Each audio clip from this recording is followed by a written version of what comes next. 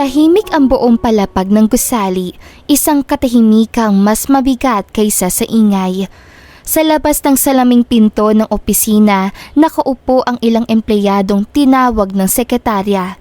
Bawat isa ay may dala na pag-aalala sa muka. Kabilang doon si Paulo Marahan, isang lalaking sanay sa tahimik na pagtatrabaho at hindi sanay sa ganitong uri ng tawag. Mr. Marahan? Malamig na sabi ng sekretarya habang hindi man lang tumitingin kay Paulo. Maaari na po kayong pumasok. Tumayo ang lalaki at inayos ang gusot na manggas ng kanyang polo. Ilang taon na siyang nagtatrabaho sa Salvatore Holdings, isang kilalang korporasyon sa lungsod na tinitingala ng marami. Hindi siya kailanman nahuli, hindi nagkulang at palaging inuuna ang trabaho bago ang sarili. Sa loob ng opisina, walang bakas na emosyon. Ang mesa ay malinis, ang mga dokumento ay maayos na nakaayos at sa likod nito ay nakasabit ang logo ng kumpanya. Malaki, makintab at tila walang bahid ng pagkakamali. Wala roon ang CEO, ngunit naroon ang papel na magsisilbing hatol. In line with the company's restructuring, mabagal na binasa na sekretarya. You are hereby terminated effective immediately. Nalamig ang palad ng ama ni Paulo. Ma'am, may pagkukulang po ba ako? Maingat na tanong ni Paulo at pilit pinapanatili ang respeto sa pananalita. Walang sagot na may paliwanag, isang tango lamang kasunod ang pag-abot ng isang sobre. Pasensya na po, malamig na dagdag ng sekretarya. Desisyon po ito ng pamunuan. Desisyon ng pamunuan. Dalawang salitang kayang burahin ang taon na serbisyo ng isang tao. Ang kumpanyang iyon ay pinamumunuan ni Hans Salvatore, isang CEO na bihirang makita ng mga ordinaryong empleyado. Sa mundo ng negosyo, kilala siya bilang batang henyo, matalino at estratehiko at walang pinapalampas sa kahinaan. Ngunit sa mata ng mga tauhan, isa siyang lalaking walang muka at walang puso. Isang pirma lamang ang katumbas ng kabuhayan ng marami. Tahimik na lumabas si Paulo ng gusali. Tangan ang sobre na tila mas mabigat pa sa kanyang katawan. Hindi pa niya alam kung paano niya sasabihin ang balitang iyon, lalo na at hindi trabaho ang iniintindi niya ngayon, kundi ang buhay ng kanyang anak. Sa kabilang banda sa isang ospital, naroon si Pauline Marahan, ang panganay na anak ni Paulo. Lumaki si Pauline sa isang isla, isa siyang payak na lugar na malayo sa magulong lungsod kung saan ang oras ay sinusukat sa sikat at lubog ng araw. Doon niya natutunan ang halaga ng pamilya, sipag at pagtitiis. Kaya nang biglang dapuan ng malubhang karamdaman ng kanyang nakababatang kapatid, hindi siya nagdalawang isip na sumama sa ama papuntang lungsod upang bantayan ang nakababatang kapatid. Sa loob ng silid ospital, mahigpit na hawak ni Pauline ang kanyang kamay ng kanyang kapatid. Maputla ang mukha nito at ang bawat hinga ay tila may kaakibat na sakit. Ang tunog ng makina ang tanging pumupuno sa katahimikan. Miss Pauline Marahan? Mahinang tawag ng doktor habang hawak ang medical chart. Kailangan ko pong ipaliwanag sa inyo ang kalagayan ng kapatid ninyo. Tumayo si Pauline, kita sa kanya mukha ang pagod, pisikal at emosyonal, ngunit pinilit niyang maging matatag. Siya ang panganay at siya ang kailangang umunawa. Ano po ba talaga ang nangyayari sa kanya, Doc? Tanong ni Pauline. Huminga ng malalim ang doktor bago nagsalita. May malubhang bara sa ugat ng kanyang puso. Hindi na po sapat ang gamot. Nanikip ang dibdib ni Pauline. Ang kinakailangan niya ay heart bypass surgery. Dagdag ng doktor. Isa po ito major operation at kailangan pong maisagawa sa lalong madaling panahon. Kung hindi po... Halos pabulong na tanong ni Pauline. Malaki ang posibilidad na hindi nakakayanin. Ani ng doktor. Parang gumuho ang mundo ni Pauline sa sandaling yun. Hindi niya alam kung paano haharapin ang takot na unti-unting sumisikip sa kanyang dibdib. Hindi niya alam kung saan kukuha ng lakas o pera para sa isang operasyong hindi nila kailanman pinangarap. Magkano po nga abutin? Tanong ni Pauline kahit alam na niya ang sagot. Nagbanggit ang doktor ng halaga. Hindi makapaniwala si Pauline sa perang kinakailangan nila. Sa labas ng silid, naroon ng ama niya, kakapasok pa lamang ng ospital, tangan ang balitang hindi pa niya kayang bigkasin. Nagtagpo ang kanilang mga mata at sa isang iglap, pareho nilang naunawaan na ang laban na kanilang haharapin ay mas mabigat pa sa kanilang inaakala. Hindi agad nasabi ni Paulo na mabigat na balita sa kanyang anak. Sa loob ng silid ospital, mas pinili niyang umupo sa tabi ng kama ng kanyang anak na may sakit, tila ba mas madaling harapin ang katahimikan kaysa ang katotohanan. Ngunit na mapansin ni Pauline ang pamumutla ng mukha ng ama at ang bigat ng kanyang mga mata, alam niyang mahindi ito sinasabi. "Ama!" Marahang tawag ni Pauline habang inaayos ang kumot ng kapatid. "Kanina ka patahimik." Napatingin si Paulo sa kanya at pilit kumiti. Wala yun anak. Pagod lang siguro. Ngunit hindi na kumbinsi si Pauline. Kilala niya ang ama. Kapag ganito ito, katahimik, may dinadala itong mas mabigat kaysa sa pagod. Lumapit si Pauline at naupo sa tabi nito. "Ama," ulit ni Pauline sa mas mahinang tinig. "May problema po ba?" Sandaling nanahimik si Paulo. Tumingin siya sa anak na nakahiga sa kama, tsaka muling ibinaba ang tingin. Mas mahalaga muna ang kapatid mo. Mahinang sabi ni Paulo. Huwag mo na muna akong alalahanin. Ngunit hindi na napigilan ni Pauline ang sarili. Paano po kami makakatulong kung hindi namin alam? Doon bumuntong hininga si Paulo. Mabigat at mahaba na para bang sa paghihinga ay unti-unti ding bumibitaw ang katotohanan. Anak, natanggal ako sa trabaho at sinubukan kong maghanap ng ibang mapapasukan. Napatingin si Pauline sa kanyang ama. Kailan po? Simula nung araw na tinanggal ako. Sagot ni Paulo. Namasukan ako kung saan-saan dito sa lungsod, mga kumpanya, pabrika, kahit anong pwedeng pasukan. May tumanggap po ba? Tanong ni Pauline kahit alam na niya ang sagot. Umiling si Paulo. Lahat may dahilan. Sobra sa edad. Wala raw bakante. May ilan pa na hindi malang ako pinapasok sa opisina. Naramdaman ni Pauline ang unti-unting pag-init ng kanyang dibdib. Pero ama, alam nilang may karanasan kayo. Alam nilang masipag kayo. Hindi na yun mahalaga sa kanila. Sagot ni Paulo. Mas mahalaga ang kita, ang koneksyon at ang desisyon ng mga taong nasa itaas. Tahimik na nakinig si Pauline, ngunit sa loob niya ay unti-unting nabubuo ang galit. Hindi lang ito tungkol sa pagkawala ng trabaho ng ama, ito ay tungkol sa kawalan ng katarungan. Habang ang kapatid niya ay nakikipaglaban para sa buhay, may mga taong kayang ipagkait ang kabuhayan ng isang ama nang walang paliwanag. Si Hans Salvatore, mahinang banggit ni Pauline. Isang pirma lang niya, ganito na ang nangyari. Hindi sumagot si Paulo, ngunit ang kanyang katahimikan ay sapat na sagot. Mahigpit na kinuyom ni Pauline ang kanyang mga kamay. Sa unang pagkakataon, hindi na lang takot ang naramdaman niya, kundi galit. Galit sa sistemang walang awa at galit sa lalaki may kapangyarihang pumili, ngunit piniling maging walang puso. Hindi lang ako ang natanggal. Mahinang sabi ni Paulo. Marami kami, mga kasabay kong nagtrabaho ng tapat, nang walang reklamo.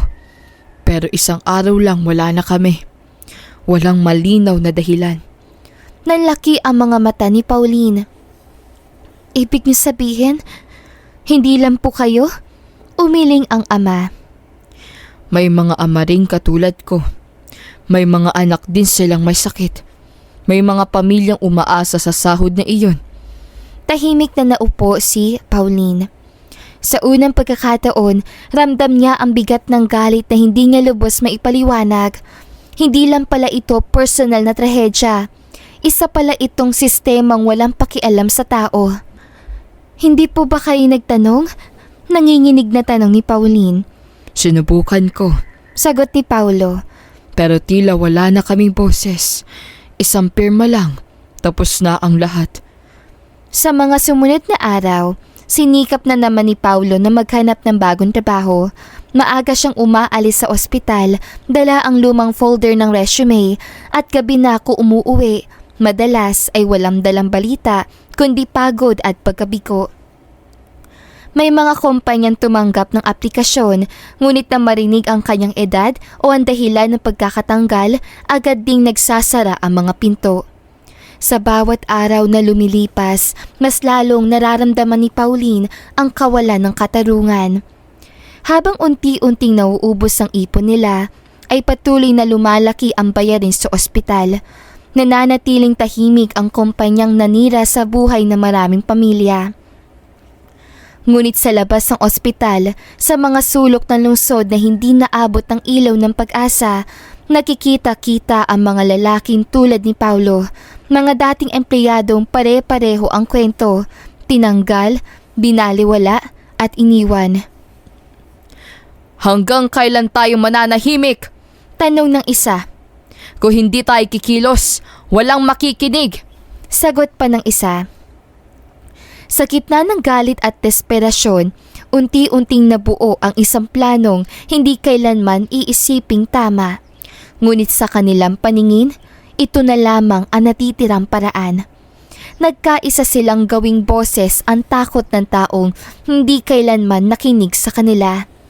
At sa gitna ng lahat ng iyon, nanatiling walang alam si Pauline, patuloy na umaasang may darating na himala. Hindi nga alam na sa likod ng kanyang ama, isang desisyong babago sa kanilang kapalaran ang unti-unting hinuhubog. Kinabukasan, maaga pa lamang ay dumating na sa lungsod ang ina ni Pauline mula sa isla. Kita sa mukha nito ang pagod sa biyahe, ngunit masangingibabaw ang pag-aalala sa anak na nakaratay sa ospital. Pagkapasok pa lamang nito sa silid, agad nitong nilapitan ang kama at hinaplos ang noo ng may sakit na bata. Ako na muna ang magbabantay dito, anak. Mahinahong sabi ng ina kay Pauline habang nakatingin sa kanyang kapatid. Kailangan mo ring umuwi sa isla. May 2 ka pang kapatid na naghihintay at may tindahan pa tayong kailangang asikasuhin. Napatingin si Pauline sa ina, bakas ang pag-aalinlangan sa kanyang mga mata. Nay, paano po sila dito? Paano si Papa? Mas kakailanganin ka ng mga kapatid mo roon. Sagot ng ina, pilit pinatatag ang boses. Ako na ang bahala dito. Mag-ingat ka sa biyahe. Tahimik na tumango si Pauline, alam niyang wala siyang ibang pagpipilian. Sa isla, siya ang panganay. Siya ang inaasahan na magbantay sa 2 mas bata niyang kapatid at magpatuloy sa pagtitinda ng isda sa umaga. Bagay na kanilang ikinabubuhay mula pa noon. Mabigat man sa dibdib ang iwan ng kapatid na may sakit, mas mabigat ang pabayaan ang buong pamilya. Bago umalis, nilapitan ni Pauline ang ama niyang si Paulo na nakatayo sa gilid ng isilid. Halata sa anyo nito ang pagod at lungkot, ngunit pilit itong ikinukubli sa likod ng katahimikan. Papa, uuwi muna po ako, sabi ni Pauline. Babalik din po agad kapag may kailangan. Tumango si Paulo. Mag-ingat ka, anak. Hindi na napansin ni Pauline ang bigat ng titig ng ama, ang mga matang puno ng lihim at pasyang hindi niya kailanman ikinuwento. Bumalik si Pauline sa isla. Muling sinalubong siya ng amoy ng dagat at tunog ng mga alon, mga bagay na dati ay nagbibigay sa kanya ng kapanatagan, ngunit ngayon ay tila ba mas mabigat ang pakiramdam. Maaga siyang gumigising upang magtinda ng isda sa palengke. Samantala, sa lungsod, unti-unting nagtipon ang galit at pagkadismaya ng mga lalaking tulad ni Paulo, mga empleyadong tinanggal ng walang sapat na paliwanag. Sa mga mumurahing kakainan at madidilim na sulok ng syudad sila nakikita. Tahimik, ngunit puno ng sama ng loob. Hindi lang ikaw ang tinanggal. Mariing sabi ng isa sa mga kasamahan ni Paulo. Marami tayo. Wala man lang paliwanag. Parang hindi tayo naging tao sa kanila. Dagdag ng isa pa. Isang pirma lang. Tapos. Tahimik na nakikinig si Paulo. Nakayuko, mahigpit ang kapit sa basong hawak. Sa isip niya, paulit-ulit na bumabalik ang mukha ng anak niyang may sakit at ang halaga ng operasyong hindi nila kayang bayaran. Kailangan tayong pakinggan. Marahang sabi ni Paulo. Kung hindi tayo kikilos, wala nang mangyayari. Doon unti-unting nabuo ang isang desperadong plano. Isang planong hindi alam ni Pauline at hindi kailanman isinaalang-alang ang mga posibleng kapalit.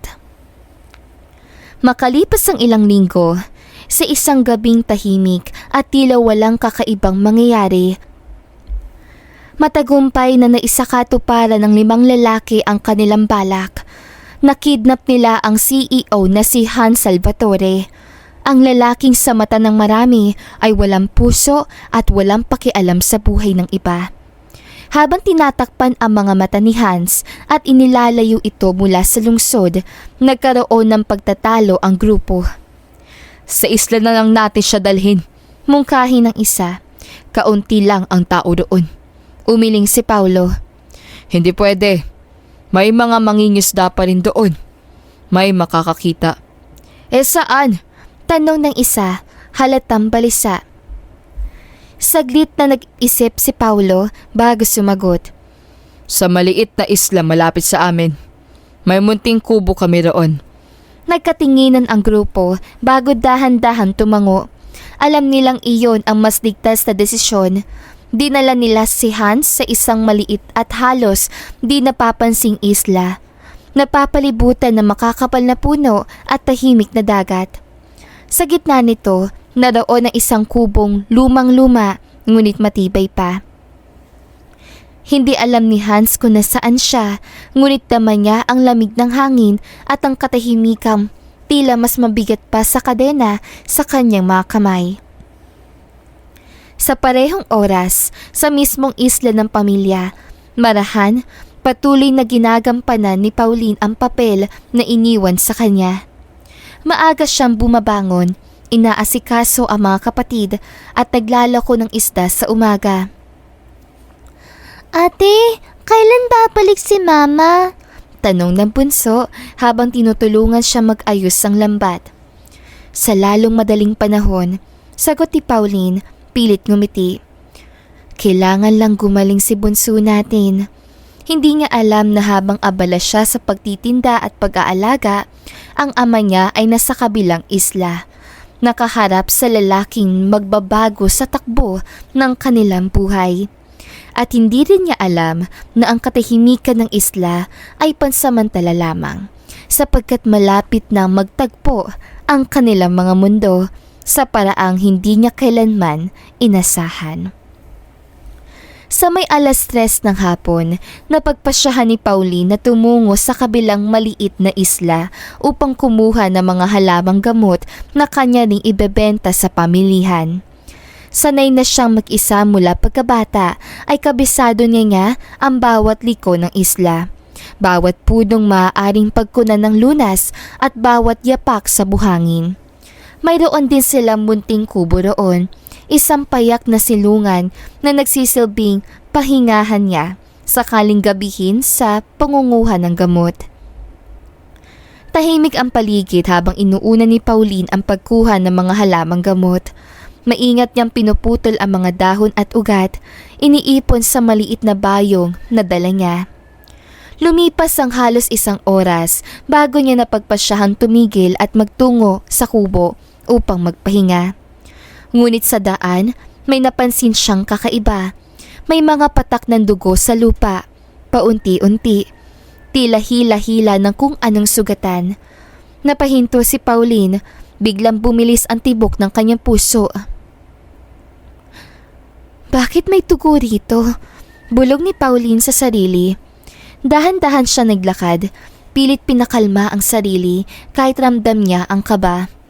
Nang marating niya ang kubo, marahan niyang itinulak ang pinto at doon pumungad sa kanya ang lalaking kinamumuhian niya. Walang iba kundi si Hans Salvatore. Nakatali ang mga kamay nito, nakahandusay sa sahig ng kubo, may mga gasgas sa muka, lalo na sa noo at bakas ang hirap sa bawat paghinga. Saglit na nanigas si Pauline sa kinatatayuan niya. Bakit narito ka? Mahina, ngunit puno ng galit na tanong ni Pauline. Galit man si Pauline ay hindi niya mapigilan ang kaba. Sigurado siya, ang ama niya ang may kagagawan nito. Lumapit siya sa lalaki. Maingat, ngunit nag-aalangan. Napansin niyang mainit ang balat nito. Nilalagnat ka, sambit ni Pauline. Nagulo ang isip ni Pauline. Hindi niya alam kung ano ang dapat unahin. Ang galit niya bilang anak ng isang empleyadong sinaktan ng kumpanya o ang konsensya niya bilang isang taong hindi kayang pabayaan ng may sakit. Sa huli ay nanaig ang konsensya. Kinuha ni Pauline ang natitirang malaking damit ng ama niya na nakatago sa kubo at marahang binihisan ang lalaki. Nilinis niya ang sugat sa noo gamit ang mga halamang gamot na alam niyang mabisang panglinis at pangpigil ng impeksyon. Maingat niyang ginamot ang bawat kaskas kahit nanginginig ang kamay niya sa bawat tampi. Hindi ito awa, bulong ni Pauline sa sarili.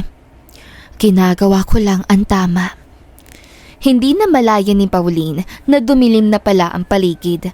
Sa labas ng kubo, tahimik na ang dagat at nagsisimula ng umihip ang malamig na hangin. Napaupo siya sa isang sulok, tulala sa mga nangyari. Sa ama niya, sa kapatid niyang nasa ospital at sa lalaki na kahandusay sa harap niya. Biglang pumukas ang pinto ng kubo at napalingon si Pauline. Anak. Mahina at puno ng pagsisisi ang tinig ng kanyang ama. Pasensya ka na. Tumayo si Pauline at hindi na napigilan ang emosyon. Tay, bakit kayo umabot sa puntong ito? Nanginginig ang kanyang boses. Kidnapping to! Alam niyo bang delikado yan? Nais lang naman namin siyang pakiusapan. Sagot ni Paulo na bakas ang pagod at pangihinayang. Pero grabe ang tigas ng puso ng lalaking ito. Kahit isang paliwanag, wala. Hindi ba pwedeng ibang paraan? Giit ni Pauline. Sinubukan namin. Sagot ng ama. Paulit-ulit, pero wala lang para sa kanya. Numero lang kami. Napatingin si Pauline kay Hans. Sa kabila ng galit niya, unti-unting nabuo sa isip niya ang tanong na magbabago sa lahat. Hanggang saan ba ang pagiging walang puso ng lalaking ito at may hangganan ba iyon? Anak, mahinang sabi ni Paulo. Kahit galit tayo, huwag nating hayaang may masamang mangyari sa kanya. Walang naisagot si Pauline. Tumango lamang siya kahit mabigat ang loob. Nang gabing yun, nanatili si Pauline sa kubo. Sa sobrang pagod, hindi niya namalayang nakatulog siya sa tabi ni Hans. Hawak pa ang isang pirasong tela. Unang nagising si Hans. Pagmulat ng kanyang mga mata, ang unang nakita niya ay ang isang babaeng mahimbing na natutulog sa tabi niya. Bigla siyang napasigaw. Ano to? Nasaan ako? Tulong! Pasigaw ni Hans. Nagising si Pauline sa gulat at halos mapasigaw din. Hoy! Tumahimik ka nga! Ang sakit mo sa tenga! Pabalik na sigaw ni Pauline. Saglit silang nagkatitigan. Si Hans ay litong-lito at galit na galit. Si Pauline naman iritable at puyat. Ano bang tingin mo sa sarili mo, ha? Sigaw ni Hans habang pilit kumakalas sa pagkakatali ng kamay. Kidnapin tong ginawa nyo. At isa pa, ang baduy ng damit na ito. Napatingin si Pauline sa suot nitong maluwag na kamiseta at kupasing pantalon. Hoy, respeto naman. Damit yan ng tatay ko. Mas matino pa yan kaysa sa ugali mo. Mas matino? Napasinghap si Hans. Mukha na nga akong tinakasan ng laundry shop. Di hubarin mo. Mabilis na sagot ni Pauline, sabay talikod. Pero huwag kang iiyak kapag giniginaw ka ulit. Nilalagnat ka pa rin, Mr. CEO. Natigilan si Hans. Teka, paano mo alam? Bigla siyang huminto, napakuyom ang kamao. Ikaw yung anak niya! Huminga ng malalim si Pauline at hinarap siya. Oo, anak ako ng isa sa mga tinanggal mo na parang basura. Hindi kita kilala.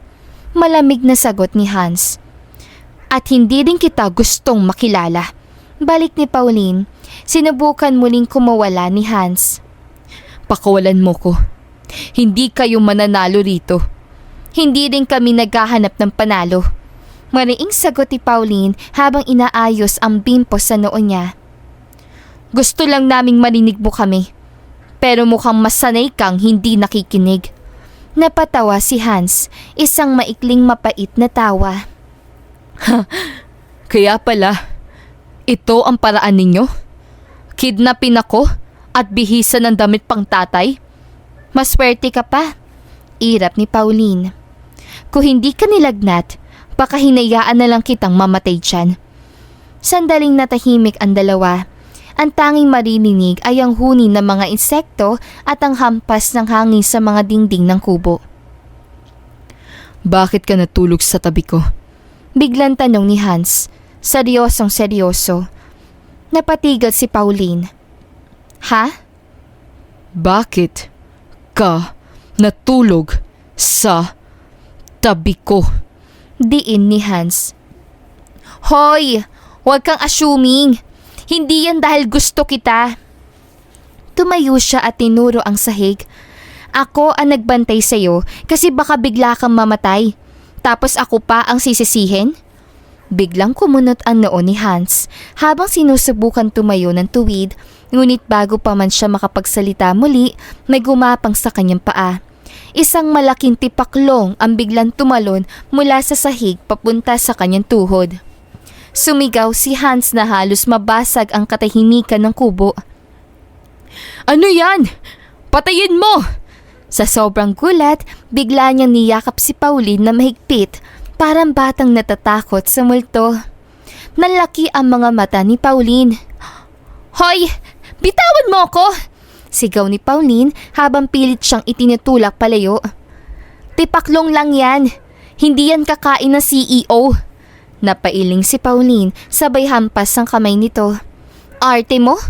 Lalaking lalaki ka tapos takot ka sa tipaklong? Ang laki kaya nun? Ani ni Hans. Sa wakas, tumalon ang tipaklong palabas ng bukas sa bintana. Napabuntong hininga si Hans at dahan-dahang bumitiw. Tsaka biglang napaatras na mapagtantong mahigpit pala ang pagkakayakap niya. Pilit na inayos ni Hans ang sarili. Hindi yun yakap. Tactical defense lang. Tactical defense yan? Iritabling sagot ni Pauline habang inaayos ang gusot niyang damit. Napakatahimik ng lugar na to. Irap ni Hans habang sinisilip ang paligid. May dugo sa sahig, may kubo, may babaeng galit sa akin. Tapos may mga insektong gustong pumatay. Umismit si Pauline. Welcome sa isla. Hindi lahat ng problema nadadaan sa pera. Tumahimik sandali si Hans. Napatingin siya sa benda sa noo niya, tsaka sa suot niyang damit na malaki, kupas at halatang hindi kanya. Biglang bumukas ang pinto ng kubo. Anak, Sabi ng ama ni Pauline na si Paulo, hawak ang bayong ng kanin, ulam at ilang damit. May dala akong pagkain. Napatingin si Hans sa dala nito, tsaka sa sikat ng araw na sumilip sa pinto. Kumulo ang tiyan niya ng malakas, malinaw at nakakahiya. Tahimik na inilapag ni Paulo ang pagkain. Kumain ka muna. Maingat niya sabi kay Hans. Mahina ka pa. Tumingin si Hans sa kanila, may halong pagmamataas at pagod. Alam niyo bang kidnap to? Oo. Diretsong sagot ni Paulo. At humihingi ako ng paumanhin. Hindi iyon ang balak namin sa simula. Habang kumakain si Hans, kahit halatang labag sa loob, nagkalakas loob si Paulo na magsalita. Marami po kaming tinanggal sa kumpanya. Walang sapat na dahilan. Nakiusap lang kami sana po ay maibalik kahit ang ilan. Tahimik si Hans, ngumanga pa rin sa kanin. Maya-maya bahagya siyang natawa, isang maikling tawang walang emosyon. Sa tingin niyo ba, ganun lang kadali yun? Napakuyom ang kamao ni Pauline. Madali para sa'yo, pero para sa amin, buhay yun. Huminto si Hans sa pagkain. Tumingin siya sa dalaga, unang beses na hindi galit, kundi seryoso. Pag-iisipan ko. Malamig na sagot ni Hans. Hindi yun pangako, hindi rin pagtanggi, ngunit sa loob ng maliit na kubo, sa pagitan ng kanin, sugat at isang tipaklong na muntik nang sumira sa digdidan ng isang CEO, may nagsimulang mabuo. Isang ugnayang puno ng banggaan, galit at hindi inaasahang simula. Naatasan si Pauline na manatili sa maliit na isla at bantayan si Hans, habang ang kanyang ama naman ay patuloy na naghahanap ng paraan upang makalikom ng pera at makiusap sa kumpanya. Hindi ito naging madali para kay Pauline, hindi dahil sa hirap ng pagbabantay, kundi dahil sa presensya ng lalaking labis sang kinamumuhian. Huwag mong isipin na dahil nandito ka, magsisilbi na akong yaya mo. Malamig na sabi ni Pauline habang inaayos ang mga basket na gagamitin niya sa pangunguha ng halamang gamot. Aalis ako ngayon. Babalik na lang ako mamayang dapit hapon. Nalaki ang mga mata ni Hans. Ha? Aalis ka? Dito? Napalingon siya sa paligid, sa gubat, sa katahimikan, sa mga tunog na hindi niya mawari kung hayop ba o imahinasyon lang niya. Mag-isa lang ako? Oo, diretso ang sagot ni Pauline. Hindi ka naman bata. Hindi rin ako probinsyano. Mabilis na sagot ni Hans, bakas ang kaba sa tinig. Hindi ko kaya to. Paano kung may ahas? O multo? Napangisi si Pauline. Akala ko ba CEO ka?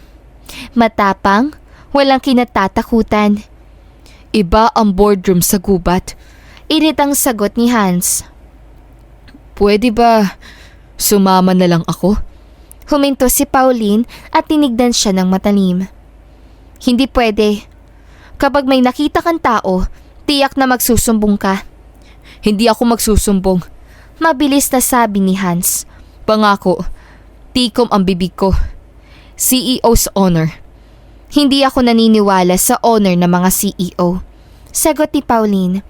Gayunpaman, matapos ang ilang segundong katahimikan, napabuntong hininga siya. Fine, sasama ka. Pero bigla niyang hinila ang lubid at ginapos ang kamay ni Hans sa sarili niyang kamay. Ganito. Ano to? Sigaw ni Hans. Parang preso! Mas mabuti na yan kaysa makatakas ka. Sagot ni Pauline. Kapag tumakbo ka, mauhulog ka sa bangin. Mas hassle pa. Wala nang nagawa si Hans kundi sumunod. Habang naglalakad sila sa loob ng gubat, walang tigil ang reklamo ng lalaki. Mainit. Makati. May kumagat sa akin. Bakit may ganitong lugar sa Pilipinas? Tumahimik ka, sabi ni Pauline. Kung masugatan ka ulit, hindi na kita gagamutin. Tigla ay may tipaklong na lumundag mula sa damuhan at dumapos sa balikat ni Hans. Ah! Napasigaw siya at biglang niyakap si Pauline, halos mampahigpit. Tanggalin mo! Tanggalin mo! Hoy! Gulat na gulat si Pauline. Tipaklong lang yan! Hindi lang yan! Sigaw ni Hans. Mukha yung mutant! Sa inis at tawa, tinapik ni Pauline ang balikat niya at lumipad ang insekto. Arte mo. Bulong ni Pauline, ngunit sa loob-loob niya, hindi niya maipaliwanag kung bakit bahagyang bumilis ang tibok ng puso niya. Matapos mangolekta ng halamang gamot, sumakay sila ng bangka pauwi sa mismong isla ng pamilya Marahan. Tahimik si Hans sa buong biyahe, mahigpit ang hawak sa gilid ng bangka at halos hindi humihinga. Pagdating nila, sinalubong sila ng dalawang kapatid ni Pauline. Ate, sino po yan? Tanong ng bunso, nakatingin kay Hans na nakagapos pa rin ng kamay. Napangiti si Pauline, pilit na kalmado. Kaibigan ko. Kung kaibigan mo yan, singit ng isa. Bakit parang bihag? Biglang nagsalita si Hans, pilit ngumiti. Fashion statement? Tinitigan siya ng mga bata, halatang hindi kumbinsido. Sa gitna ng katahimikan, alam ni Pauline na nagsisimula pa lang ang mas komplikadong yugto ng kanilang kwento. Isang kwentong nagsimula sa galit, takot at maling akala, ngunit unti-unting tinatahi ng pagkakataon. Pasensya ka na, maliitan talaga ang bahay namin. Ani ni Pauline, mahinang sabi yon ng dalaga habang binubuksan ang pinto ng kanilang munting bahay sa isla. Simple lamang ang loob, isang maliit na lamesa, kusinang yari sa kahoy at isang kama sa sulok na sapat lang para sa isang tao. Dito ka pala matutulog, dagdag ni Pauline at itinuro ang kama. Napatingin si Hans sa kama, tsaka sa sahig. Kita sa mukha niya ang pagkagulat na mapagtanto ang ibig sabihin. Ikaw? Sa sahig? Tanong niya, bahagyan napakunot ang noo. Oo, sagot ni Pauline na parang wala lang. Sanay na ako.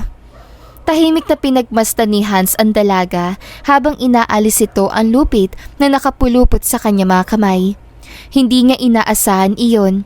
Sa isip niya, wala naman talaga siyang balak tumakas.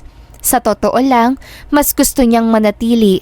May kung anong bahagi sa loob niya ang nais unawain ang buhay ng babaeng nasa harap niya. Isang buhay na malayo sa mundo ng opisina at pera na kanyang nakasanayan. Nang dumating ang gabi, naghanda si Pauline ng hapunan.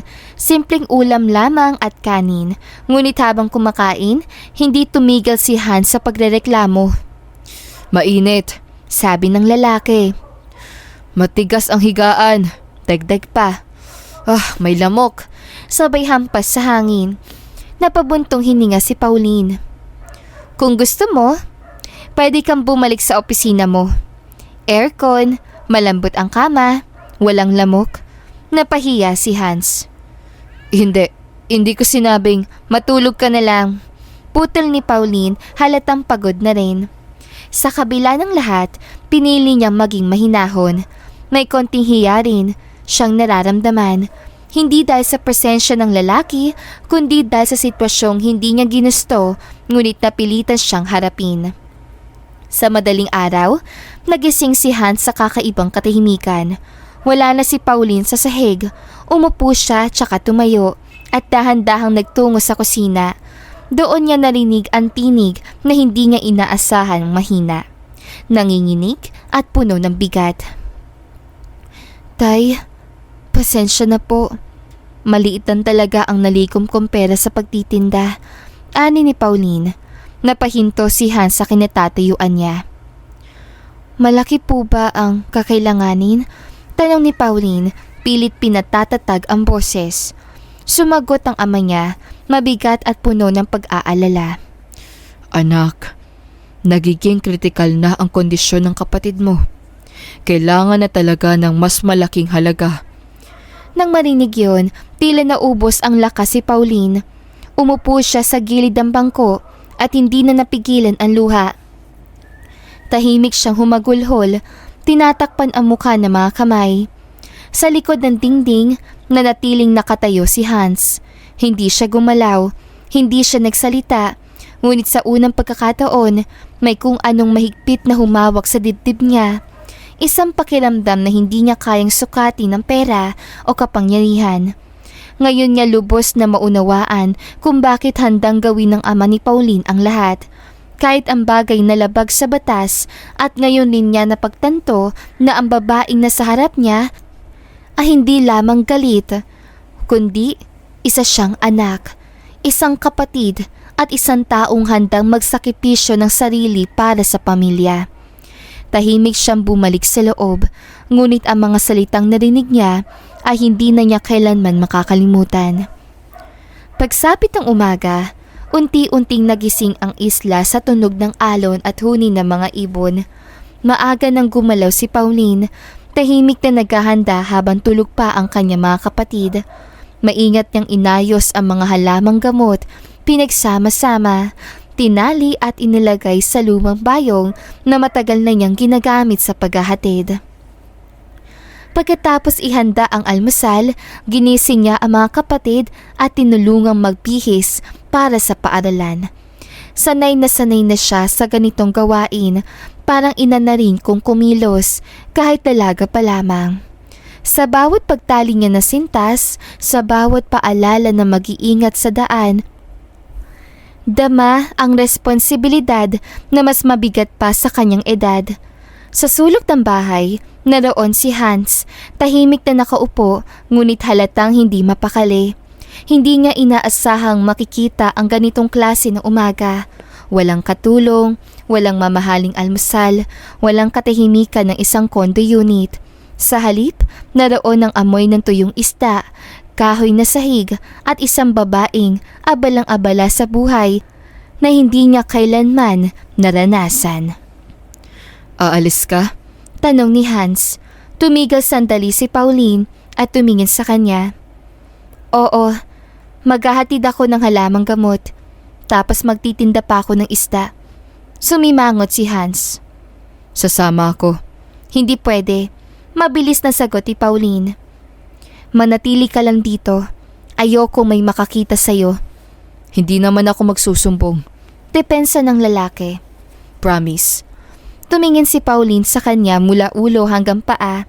Ang dating makisig na CEO, ngayon ay nakasuot ng simpleng damit. Wala ni bakas sa kapangyarihan pero naroon pa rin ang kayabangan sa tindig.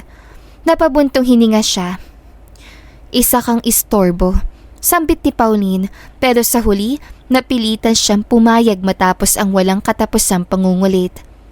Magkasama silang naglakad, palabas ang bahay ni Pauline. Si Pauline sanay sa init at bigat ng bayong at si Hans halatang hindi komportable, panay ang lingon sa paligid na parang may nakaambang panganib sa bawat hakbang. Unang pinuntahan ni Pauline ang bahay ng isang matandang babae na suki niya sa halamang gamot. Habang inaabot niya ang bayong, napatingin ang matanda kay Hans. Oy, Pauline! May ngising tanong na matanda. Nobyo mo ba yan? Biglang nabulunan si Pauline. Hindi po. Opo. Mabilis na singit ni Hans at nakangiti pa. Magandang umaga po. Napalingon si Pauline sa kanya, nalilisik ang mga mata. Anong opo? Pabulong ni Pauline kay Hans. Ngumiti lamang si Hans, parang walang narinig. Mukha naman akong matinong lalaki, di ba? May ilang babaeng nadaanan nila ang napalingon at nagbulungan. Ang iba ay pasimpleng ngumiti. Ang iba naman lantaran ang tingin.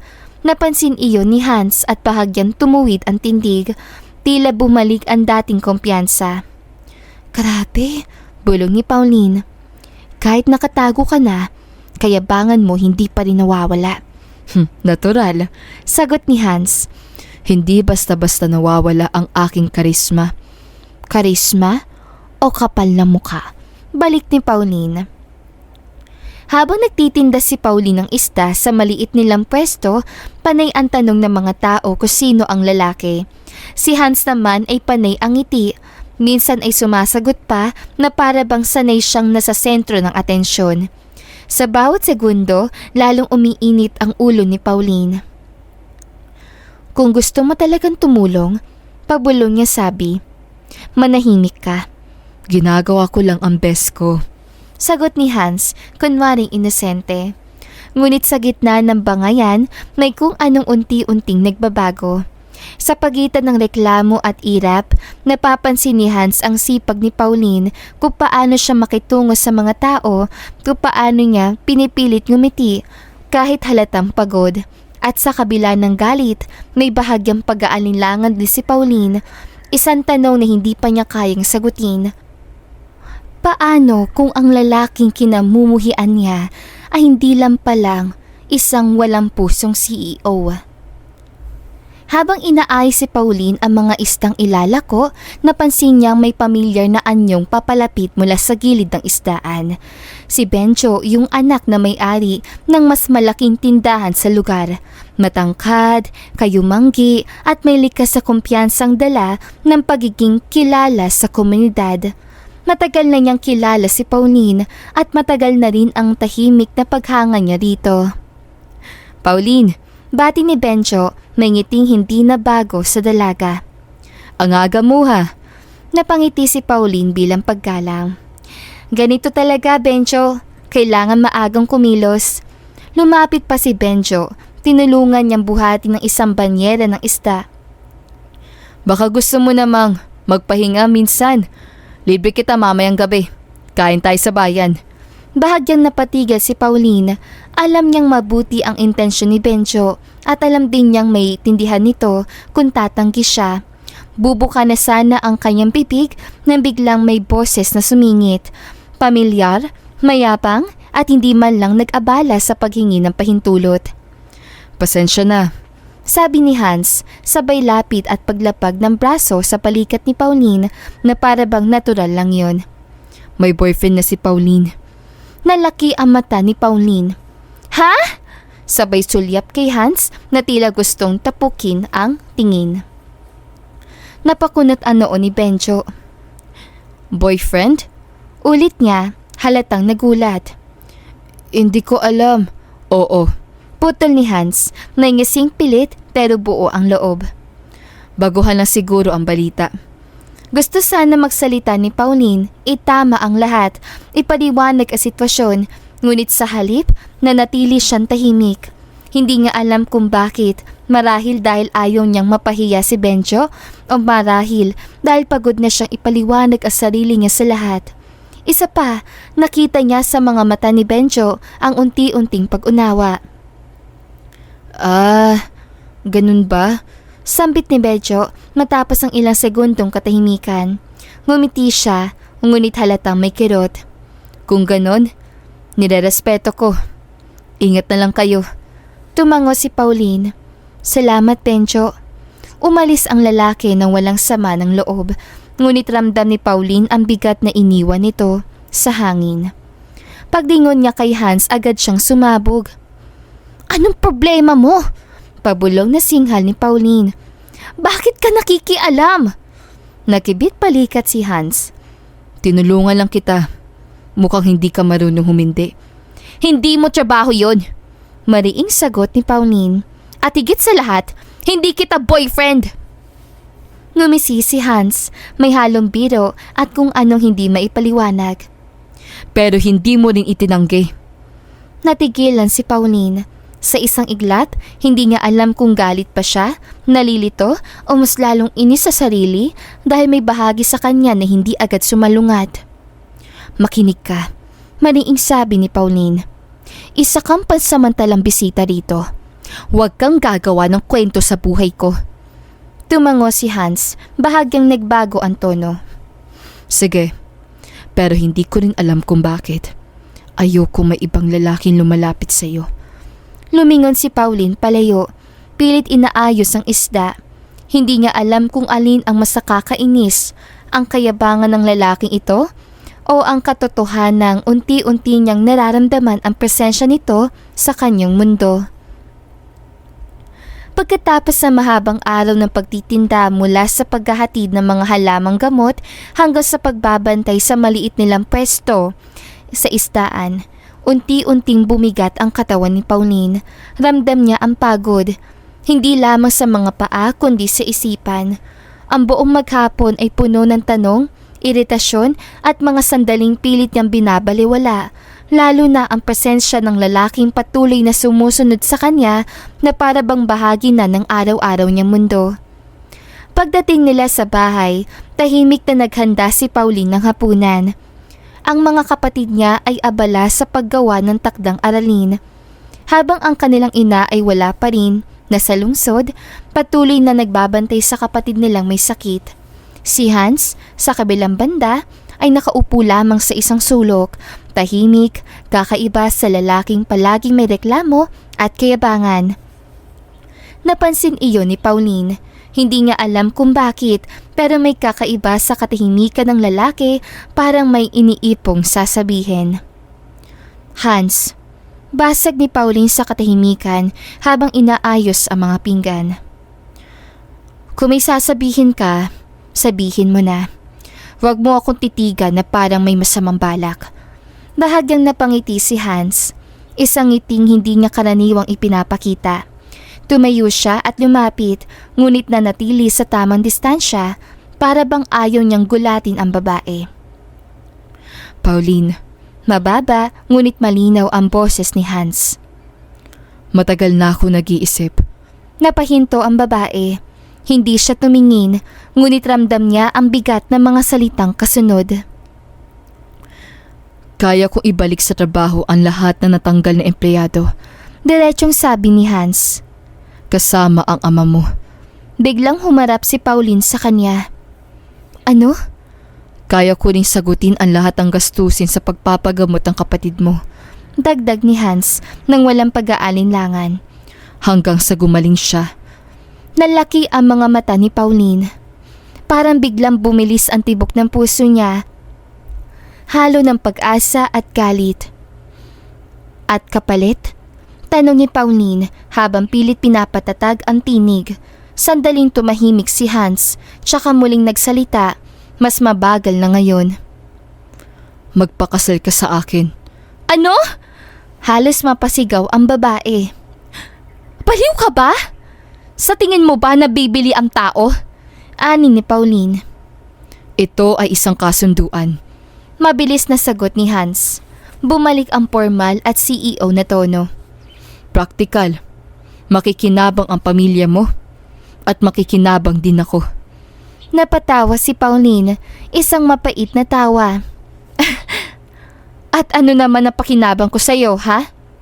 Isang babaeng taga-isla na walang pera? Walang pangalan at walang kapangyarihan? Tumingin si Hans kay Pauline ng matagal at diretso. Sa papel. Sagot ni Hans. Kailangan ko ng asawa. Para sa imahe. Para sa negosyo. At para sa mga investor na gustong makitang stable ang buhay ko. Humigpit ang pagkakahawak ni Pauline sa gilid ng mesa. Iyon lang pala. Isa lang akong solusyon sa problema mo. Iyon ang mababaw na dahilan, ang kaya at handang sabihin ni Hans. Ngunit sa loob ni Hans, may ibang katotohanang hindi niya pa kayang ipahayag. Hindi niya sinabi na sa mga araw na magkasama sila, sa pangunguhan ng halamang gamot, sa pagtitinda ng isda, sa simpleng pagkain sa maliit na mesa, doon niya unang naramdaman ng isang uri ng katahimikan na hindi niya kailanman natagpuan. Hindi niya sinabi na sa likod ng tapang ni Pauline, nakita niya ang isang babaeng marunong magsakripisyo, magmahal at tumayo kahit paulit-ulit na natatalo ng buhay. Hindi niya sinabi na sa gitna ng kahirapan, si Pauline ang larawan ng babaeng matagal na niyang hinahanap. Isang babaeng hindi siya kailangan dahil sa pera, kundi dahil sa pagkatao. Ngunit hindi pa iyon ang oras. Pag-isipan mo. Sabi ni Hans sa halip. Hindi kita pinipilit ngayon. Pero alam natin dalawa malaki ang kapalit. Sa gabing yun, habang nakahiga si Pauline at nakatingin sa kisame ng kanilang maliit na bahay, isang tanong ang paulit-ulit na umiikot sa kanyang isipan, hanggang saan siya handang magsakripisyo para sa mga taong mahal niya. Lumipas ang isang linggo na tila mas mabigat kaysa sa mga nagdaang buwan sa buhay ni Pauline. Sa bawat araw na dumaraan, mas lalong sumisikap ang espasyong hinihinga niya sa isla man o sa sariling dibdib. Habang patuloy siyang nagtitinda ng isda sa umaga, naghahatid ng mga halamang gamot sa tanghali at nagbabantay sa mga kapatid sa gabi.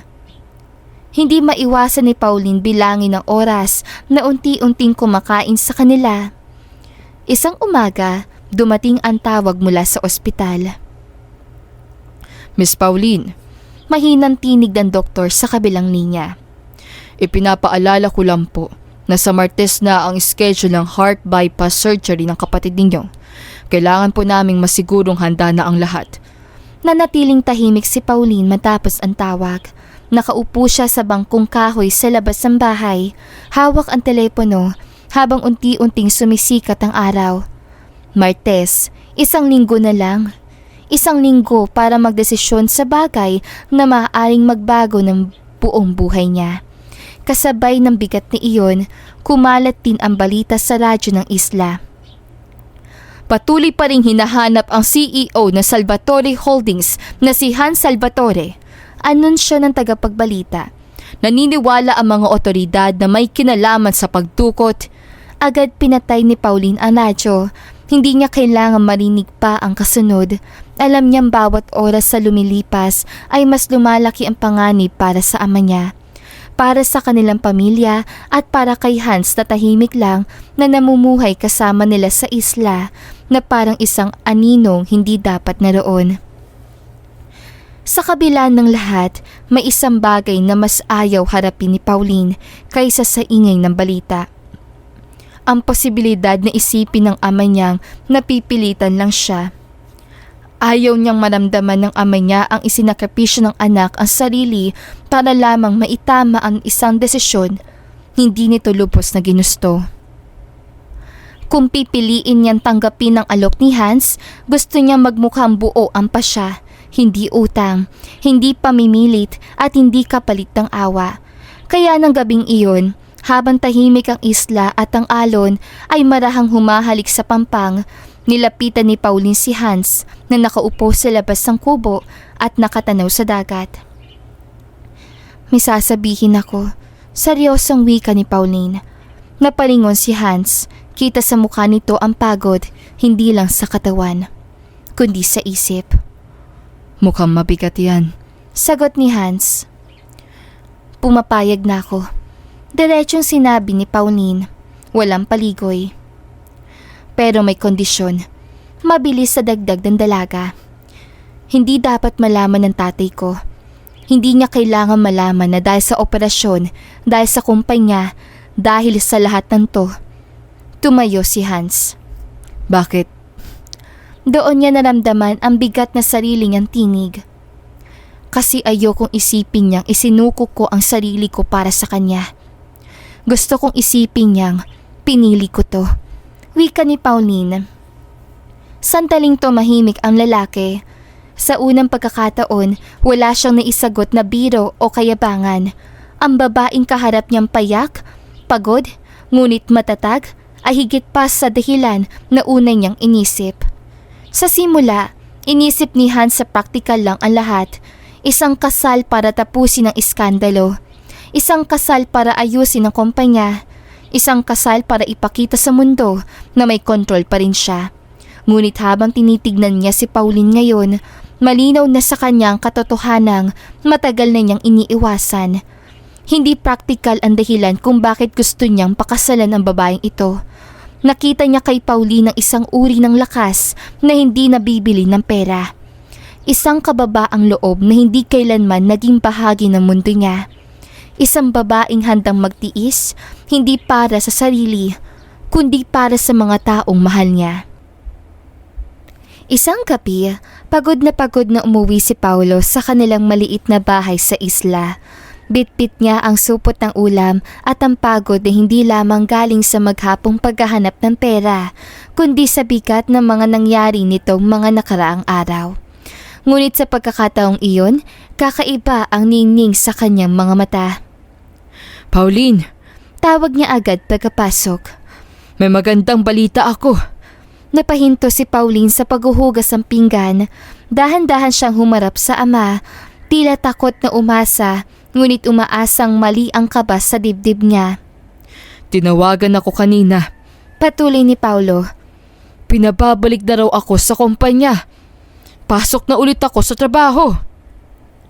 Napapitaw si Pauline sa hawak niyang baso. Tay, totoo po? Tumango si Paulo, bahagyang napangiti. May nagsabing may nag-request daw na ibalik kami mga natanggal. Hindi ko raw kailangan mag-alala. Sandaling natahimik ang bahay bago muling nagsalita ang ama. At hindi lang yun. May nagsabi rin na may sponsorship na raw para sa operasyon ng kapatid mo. Sagot na raw ang ospital. Hindi na napigilan ni Pauline ang luha. Lumapit siya sa ama at niyakap ito na mahigpit. Salamat po, Tay. Salamat sa Diyos. Wika ni Pauline. Hindi niya masabi. Hindi niya dapat masabi sapagkat alam niya kung saan nagmula ang lahat ng iyon. Maya-maya, huminga siya ng malalim at naglakas loob magsalita. Tay, may sasabihin din po sana ako. Ano yun, anak? Ani ng ama. May nag-alok po sa akin ng trabaho sa lungsod. Maingat na sabi ni Pauline. Mamamasukan po ako bilang katulong. Yung kakilala ko si Joe, inirekomenda niya ako sa may-ari. Biglang nag-alala si Paulo. Sigurado ka ba dyan? Baka scam yan, anak. Delikado ang lungsod. Ngumiti si Pauline, pilit pinatatag ang tinig. Mabuti po ang may-ari, Tay. Hindi po niya ako pababayaan. Hindi alam ni Paulo na ang tinutukoy ng anak ay ang lalaking nakaupo lamang sa di kalayuan. Si Hans Salvatore, ang CEO na minsan niyang kinamuhian at ngayon ay tahimik na nakikinig. Lumapit si Paulo kay Hans at marahang nagsalita. Salamat. Salamat sa pagbabalik sa amin sa trabaho. Wika ni Paulo. Umiling si Hans. Ako ang dapat humingi na paumanhin, Mang Paulo. Marami akong pagkukulang. Kinabukasan, tahimik na lumuwas patungong lungsod sina Hans at Pauline. Akala ni Paulo trabaho ang sadya ng anak.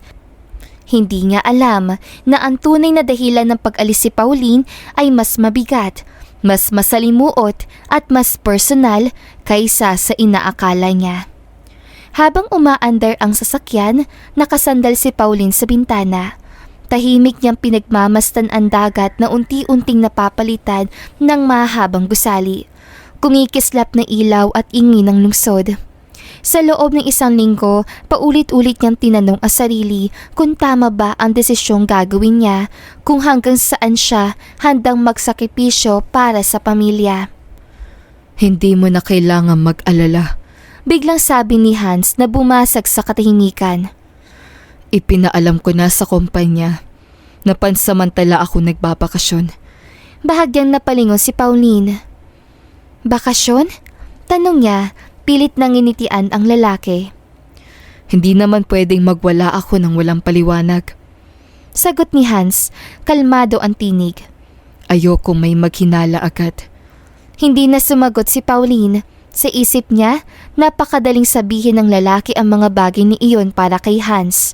Ang lahat ay kayang ayusin sa isang tawag o pirma. Ngunit para sa kanya, ang bawat hakbang ay kapalit ng damdamin at pangarap. Pagkalipas ng mahabang biyahe, huminto ang sasakyan sa harap ng isang mataas at modernong gusali. Malinis, tahimik at halatang mamahalin. Kondo ko to. Sabi ni Hans habang bumababa. Dito ka muna. Pagpasok nila sa loob, napatingin si Pauline sa paligid. Maluwag ang sala, ngunit kapansin-pansin ang kalat ng mga papel sa mesa, damit sa sofa at basong hindi pa nahuhugasan. Napangiti siya, bahagyang napatawa. So, literal nga nakatulong ang hinahanap mo. Diro ni Pauline kahit may bahay ng pagod ang tinig. Ngumisi si Hans. Hindi naman. Sagot ng lalaki. Pero kung lilinisin mo yan, baka mas gumaan ang pakiramdam ko. Napailing si Pauline. Sa gitna ng bigat na sitwasyon, may kung anong kakaibang gaan na dala ang simpleng palitang iyon. Maya-maya, biglang naging seryoso ang mukha ni Hans. Bukas pala ang kasal. Natigilan si Pauline. Bukas? Ulit ng babae. Oo, Sagot ni Hans. tayo lang naman at isang pare. Nilunok ni Pauline ang kaba sa lalamunan. Wala na siyang oras umatras, ngunit wala rin siyang lakas para magreklamo. Kinabukasan, sa isang maliit at tahimik na simbahan, magkatapat sina Pauline at Hans. Walang engranding kasuotan, simple ngunit sapat na. Habang binibigkas ng pari ang mga salita ng pangako, ramdam ni Pauline ang panginginig ng kanyang mga kamay. At maaari mo nang halikan ang iyong asawa. Wika ng pare. Saglit na nagkatinginan sina Pauline at Hans, ilang segundo ng katahimikan. Ilang segundo ng pag-aalinlangan, dahan-dahang yumuko si Hans at idinampi ang halik sa labi ni Pauline. Maikli at puno ng hindi masabing emosyon. Pagkatapos ng seremonya, tahimik silang lumabas ng simbahan. Walang palakpakan, walang selebrasyon. Isang kasalang tila lihim kahit sa sarili nilang mga puso. Sa gabing iyon, sa loob ng kondo, nagbukas si Hans ng isang bote ng alak. Para sa bagong kasal. Wika ni Hans. Kinabukasan, maagang umalis si Hans patungong trabaho. Tahimik ang umaga sa kondo. Ibang-iba sa ingay ng isla na nakasanayan ni Pauline. Bago tuluyang lumabas, iniabot ni Hans sa kanya ang isang bagong cellphone. Ito, Maikling sabi niya. gusto kong mag-update ka bawat oras para alam kong nasa maayos ka. Bahagyang nagulat si Pauline, ngunit tinanggap niya iyon. Parang masyado namang istrikto, biro ni Pauline at pilit pinagaan ang tono. Hindi yan pagiging istrikto. Sagot ni Hans habang nagsusuot ng relo. Responsibilidad. Nang maisara ang pinto, naiwan si Pauline sa loob ng malawak ngunit malamig na kondo. Tahimik, masyadong tahimik. Wala siyang ibang magawa kundi maglinis, mag-ayos ng mga gamit at paulit-ulit na tumingin sa orasan. Sa isla, kahit mahirap ang buhay, palagi may ginagawa. May istang binibilang, halamang tinutuyo o kapatid na asikasuhin. Dito, parang ang oras mismo ang bumibigat. Isang hapon, habang nasa kusina siya at naghihiwa ng gulay, may tumunog na doorbell. Si Hans na siguro, bulong ni Pauline at agad nagpahid ng kamay at nagtungo sa pinto. Ngunit pagbungad niya, isang babaeng elegante at sexing-sexy ang tumambad, mataas ang takong. Mahigpit ang damit at may ngiting sanay na sanay makuha ang gusto. Nandito pa si Hans? Diretsong tanong ng babae at sinipat si Pauline mula ulo hanggang paa. Wala pa po. Sagot ni Pauline ng magalang. Hindi man lang nagpaalam ang babae, kusa lang pumasok at umupo sa sofa, tila pamilyar sa lugar. Ikaw ang katulong, di ba? Saglit na napatigas si Pauline, ngunit sa halip na magtama, ngumiti na lamang siya. Opo, sagot ni Pauline. Bumalik siya sa kusina, ngunit may kirot ng namuo sa dibdib niya. Isang pakiramdam na hindi niya maipaliwanag. Maya-maya ay bumukas ang pinto. Si Hans, mukha itong pagod, bahagyang amoy alak at tila nabigla na makita ang babae. Ngunit bago pa siya makapagsalita, lumapit ang babae at hinalikan siya sa pisngi ng mabilis. Pamilyar at puno ng pananabik. Hindi sinasadya, nasaksihan niya ni Pauline mula sa kusina.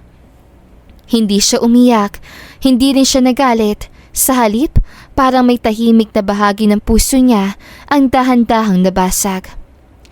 Wala akong karapatan, paalala ni Pauline sa sarili. Kasal lang kami sa papel at kung tutuusin, may utang na loob pa ako sa kanya. Hindi siya nagsalita kahit akayin ni Hans ang babae papasok sa kwarto. Hindi rin siya nagtanong. Tahimik lamang siya nagpatuloy sa pagluluto kahit nanginginig ang kamay niya. Magkahiwalay naman sila ng silid at sa mga panahong naroon siya sa kondo, hindi kailanman naging masama si Hans sa kanya.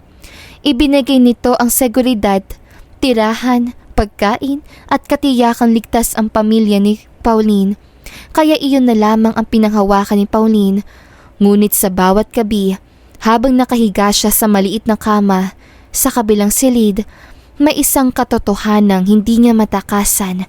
Masakit pa rin pala ang masaktan kahit wala kang karapatang magselos. Umagang umaga, tahimik ang kondo habang abala si Pauline sa kusina. Nakataas ang manggas ng damit, pawis ang noo at nakatuon ang isip sa simpleng almusal, isang bagay na dati ay ginagawa niya sa isla nang walang bigat sa dibdib. Ngayon, kahit ang paghiwa na sibuyas ay tila may kasamang lungkot, nang biglang may yumakap sa kanyang bewang mula sa likuran. Napahinto si Pauline. Akala ko ikaw. Mahinang sabi ng boses sa likod ni Pauline. Napakunot ang noo ni Pauline at agad hinawakan ang kamay na nakapulupot sa kanya. Hans, ano ba? Bitawan mo nga ako. Iritadong sabi ng babae. Hindi ka ba nahihiya? Kababago lang. Bakit ka nagpapapasok na ibang tao dito? Putol ni Hans. Mababa ang tinig pero may halong selos. Napaharap si Pauline sa kanya. Parang kilala ka kasi. At saka, wag mo kong hawakan. Kadiri ka. Akala ko ba may nangyari sa inyo kagabi? Umismit si Pauline, pilit na matapang. Wala naman yung sa akin. Alam ko naman mga ugali ng mga lalaki. Biglang tumigil si Hans, kumunot ang noo niya at unti-unting nawala ang biros sa muka. Walang nangyari. Mariing sabi ni Hans. Pinaalis ko siya kagabi pa lang. Napatingin si Pauline sa kanya, tila naghahanap ng kasinungalingan. Talaga? Tumango si Hans. At next time, huwag kang basta magpapapasok na ibang tao dito. Bago pa siya makasagot, tumunog na ang doorbell. Nagkatingin na silang dalawa. Sino na naman yan? Bulong ni Pauline. Pagbukas ang pinto, bumungad ang isang babaeng elegante at isang lalaki may tindig na kapangyarihan. Walang iba ito ang mga magulang ni Hans Salvatore. Mukhang nagbago ang hangin sa loob ng kondo. Anak. Malamig na sabi ng ama ni Hans habang nililibot ng tingin ang paligid. Ito ba ang sinasabi mong asawa? Tumayo ng tuwid si Hans. Opo, Papa. Napangiti ang ina, ngunit hindi yun umabot sa mga mata. Hindi ako naniniwala sa kasal-kasal na yan. Singhal ng ama. Hindi mapupunta sa iyo ang buong pondo ng Salvatore Holdings, ang multi-billion trust fund at ang bagong International Expansion Award, maliban kung mapatunayan mong karapat-dapat ka. Humakbang ang ama ni Hans palapit. At malinaw ang kondisyon ko. Tumigil ang lahat. Kailangan mo akong bigyan ng apo. Nalamig si Pauline. Tila gusto niya magsalita pero naunahan siya ng ina ni Hans. Lumapit ito sa kanya at sinipat mula ulo hanggang paa. Pero mukhang mabait ka naman, iha. Wika nito, bahagyang ngumiti. Hindi ka katulad ng mga babaeng dinadala ng anak ko rito noon. Napatingin ng ina kay Hans. Kung siya ang pinili mo, siya na lang. Nanikip ang dibdib ni Pauline. Hindi niya alam kung dapat pa siyang matuwa o matakot. Habang nag-uusap ang magulang at anak, tahimik lamang siyang nakatayo. Isang babaeng nasa gitna ng kasunduan, utang na loob at damdaming unti-unti nang naguguluhan. Sa kauna-unahang pagkakataon mula nang ikasal sila, napagtanto ni Pauline na hindi lang pala papel ang kasal ni ito. May mga matang nakamasid, may mga kondisyong hindi niya pinili, at may pusong kahit ayaw niyang aminin, unti-unti nang nasasaktan. At si Hans, sa kabila ng lahat, ay tahimik na nakatingin sa kanya. Tila ba ngayon pa lang niya nauunawaan kung gaano kabigat ang isinama niyang babae sa mundong ito. Lumipat sila sa mansyon kinabukasan, isang malawak at tahimik na lugar na tila sanay sa lihim at mga pader na may mga matang nakamasid. Akala ni Pauline ay doon na matatapos ang lahat ng kaba, na magiging mas magaan ang pamumuhay niya dahil may kasama na siya at hindi na mag-iisa. Ngunit pagpasok pa lamang nila sa silid na nakalaan sa kanila, agad niyang naramdaman ang bigat na sitwasyon. Iisang silid at iisang kama. Napahinto si Pauline sa pintuan. "Hans," maingat na tawag ni Pauline. Alam ko. Mabilis na sagot ni Hans, tila nabasa ang laman ng isip niya. Wala tayong choice. Nandito ang mga magulang ko. Kapag naghiwalay tayo ng kwarto, magtatanong sila. Tahimik na tumango si Pauline. Hindi siya maaaring tumanggi, baka mahalata ang kasunduan nila. Kaya pinili na lamang niyang ngumiti, kahit pilit.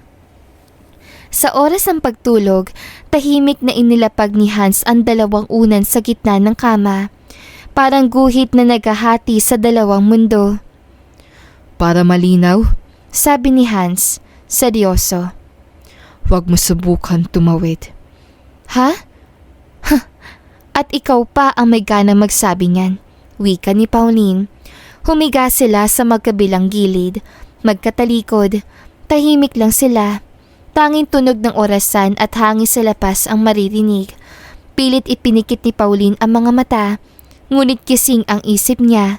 Ang bigat ng responsibilidad, ang kasunduan, ang pamilya niyang iniwan pansamantala. Hindi niya namalayang nakatulog na pala siya. Pagsapit ng umaga, nagising si Pauline sa kakaibang init. May braso sa bewang niya. Nalaki ang mga mata niya nang maramdaman ang bigat sa likod. Si Hans, mahimbing na natutulog, nakapulupot sa kanya na parang tuko sa pader. Ang mga unan, wala na sa gitna. Ang isa ay nasa sahig, ang isa ay nakadagan sa paa ni Hans. Anak ng... Pabulong na bulala si Pauline. Maingat niyang tinanggal ang braso ng lalaki. Hans, gising! Umungol ang lalaki. Bakit ka nakayakap? Iritable, ngunit pabulong na tanong ni Pauline. Nagmulat ng mata si Hans, tsaka biglang napabangon. Ha? Hindi ah. Napatingin siya sa posisyon nila, tsaka napakamot sa ulo. I swear. Gumagalaw yata ako kapag tulog. Sus? Palusot. Irap ni Pauline habang inaayos ang damit. Sorry. Mabilis na sabi ni Hans, may halong hiya. Tahimik silang nagkatinginan, sandali, isang nakakailang nakatahimikan na parehong gustong tapusin. Ako na lang magluluto, sabi ni Pauline, agad na tumayo.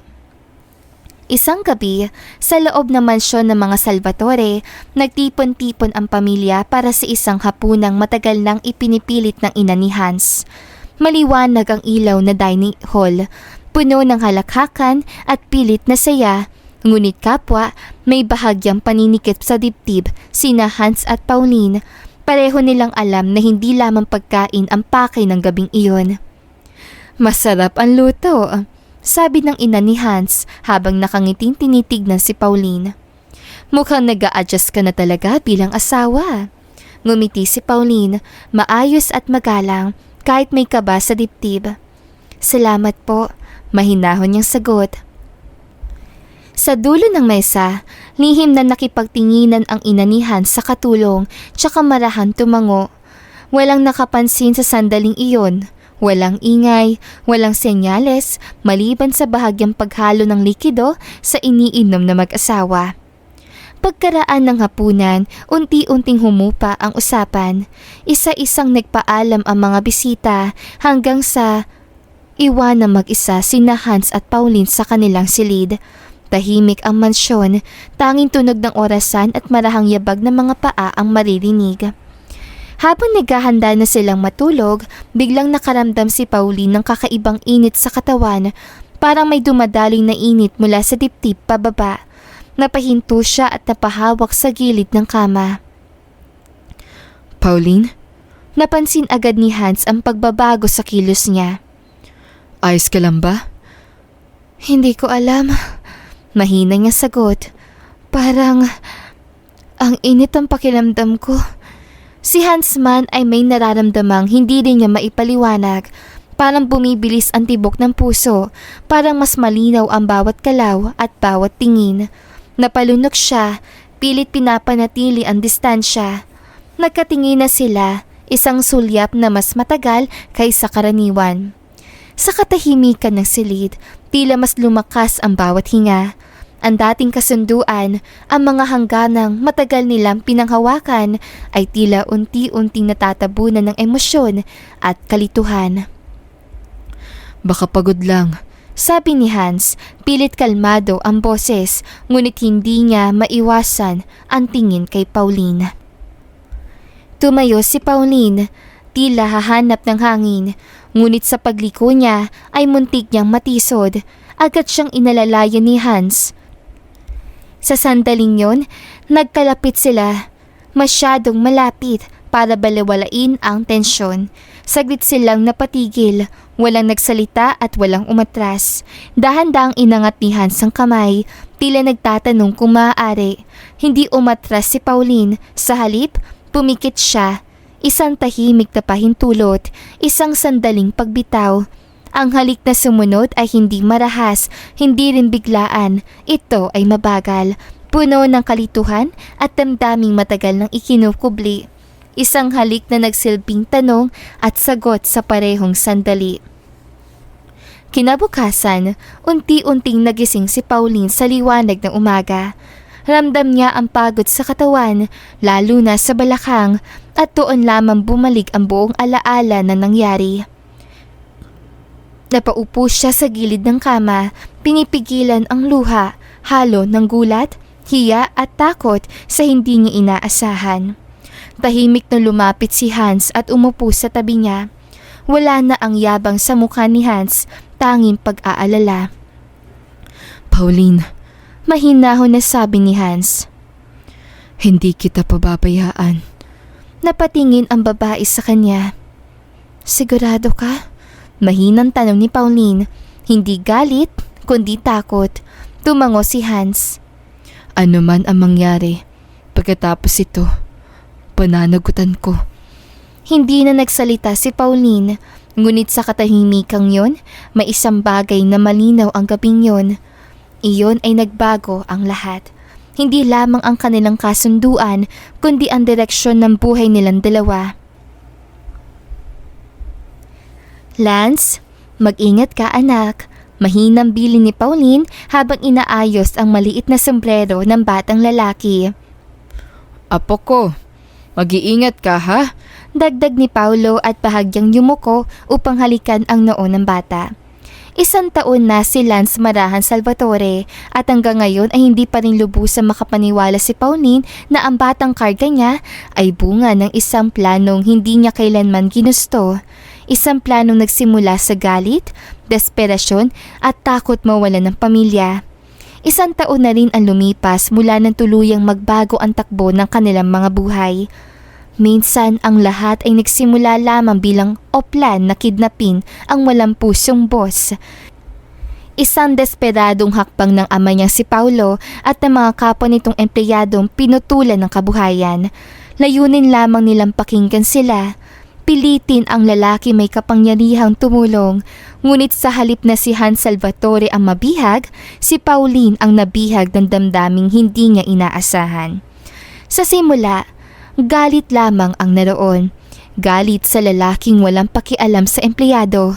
Galit sa lalaking naging sanhi ng pagkakasakit ang kanyang kapatid dahil sa pagkawala ng trabaho ng ama. Galit sa lalaking kinamuhian niya bago pa man niya ito makilala ng lubusan. Ngunit sa isla, sa gitna ng katahimikan, sa pagitan ng takot, bangayan at simpleng araw-araw na pagsasama, unti-unting nabasag ang imaheng itinayo ng mundo laban kay Hans Salvatore. Nakita ni Pauline ang lalaking marunong makinig, ang lalaking marunong humingi ng tawad, ang lalaking marunong umako ng pagkakamali. At higit sa lahat, ang lalaking marunong magmahal kahit pa nahuli na. Hindi naging madali ang lahat. Nang unang ang malaman ni Paulo ang buong katotohanan na ang kasal ay nagsimula bilang kasunduan na ang anak ni Pauline ay bunga ng isang desisyong hindi lubos na malaya, hindi niya mapigilan ang sarili. Anak, pinilit ka ba? Nanginginig ang tinig ni Paulo noon. Napayuko lamang si Pauline. Hindi na, tay. Noong una, oo, mahirap. Pero ngayon, mahal ko na siya. Ngunit dumating ang araw na nakita mismo ni Pauline kung paano alagaan ni Hans ang kanyang anak, kung paano nito buhati si Lance, kung paano magpuyat kapag may lagnat ang bata, kung paano hawakan ng kamay ni Pauline kapag siya ay napagod. Doon niya napagtanto na ang lalaking minsan niyang kinamuhian ay hindi pala halimaw. Pasensya na, Hans. Minsang nasabi ni Paulo, nakayuko. Kung hindi dahil sa akin, hindi sana kayo dumaan sa ganito. Ngumiti lamang si Hans. Kung hindi rin po dahil sa inyo, hindi ko sana nakilala ang babaeng bumago sa buhay ko. Ngayon, sa ilalim ng maliwanag na araw, magkahawak kamay sina Pauline at Hans habang pinagmamastan si Lance na masayang tumatakbo sa buhanginan. Wala na ang takot, wala na ang galit. Ang natira na lamang ay ang pamilyang nabuo mula sa isang pagkakamali. Ngunit pinili nilang itama sa pamamagitan ng pagmamahal. Minsan ang pag-ibig ay hindi dumarating sa paraang inaasahan. Minsan ito ay dumarating bilang pagsubok, bilang sakit, bilang sakripisyo. At minsan tulad ng kay Pauline, ang lalaking kinamuhian niya ay siyang nagmamahal ng higit pa sa inaakala. At dito na nga po nagtatapos sa magandang istoryang ito. Don't forget to like, share, and subscribe. Hanggang sa muli, paalam! Malayo ka man, mahal, lagi mo tandaan. Hindi magbabago pag-ibig ko'y sa'yo lamang.